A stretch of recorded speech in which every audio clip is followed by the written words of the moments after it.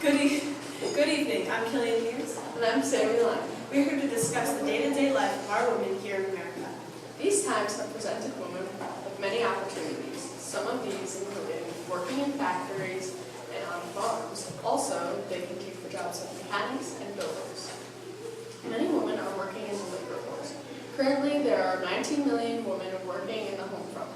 Also, women were not only working in factories, but in the war. As of this year, there are 2,800,000 women engaged in war work, and a recent study has shown that these numbers will double by the end of this year. This is a big change for America because women are now stepping into men's roles. Women are taking jobs in the Army Nurse Corps, the Navy Nurse Corps, and also women have created the Women's Army Corps, known as the WWII, and WWII, the Women's Division in the Navy. Also, some women are working in the Air Force service pilots.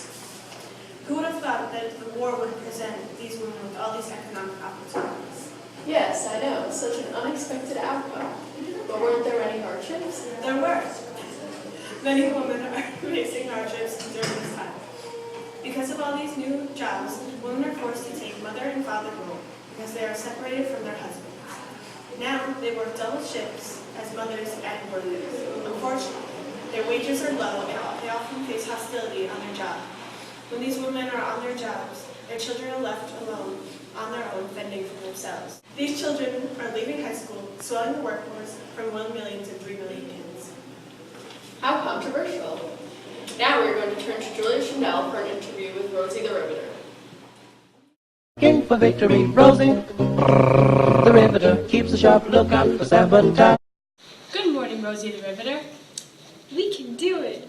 I just have a few questions for you about your life and the lives of other women during this hard time. What is it like to be a factory woman during World War II?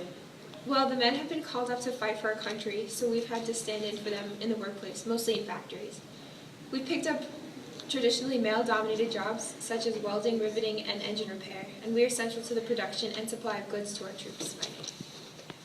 Do you feel that you've been overlooked as a major contributor to the war effort? Yes, because even though we've shown the capability of women in manual and physical labor in wartime, we've been overlooked. Many still deny us equal pay as men, and many expect us to just give up our jobs when the men return home. Also, we are incapable of union representation. Many of our male employers do not take us seriously, and our needs in the workplace are secondary to men. We just really want to be treated as equals in the workplace. Now, taking over the responsibility of being the breadwinner, as well as a full-time mom, how are you able to handle living this double-shifted life? Unlike men, we do have the double shift. We work and care for the family and our home.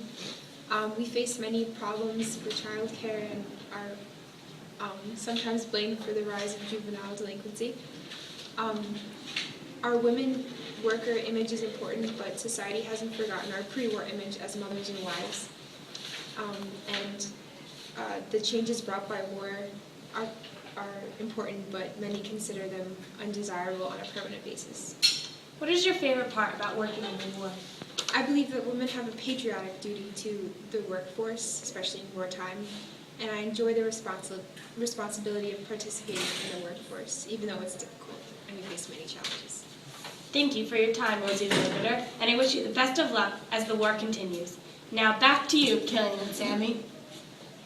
Thank you, Julia and Rosie, for that thrilling interview. And that's all we have for this evening, so thank you for tuning in to Hardships on the Home Front.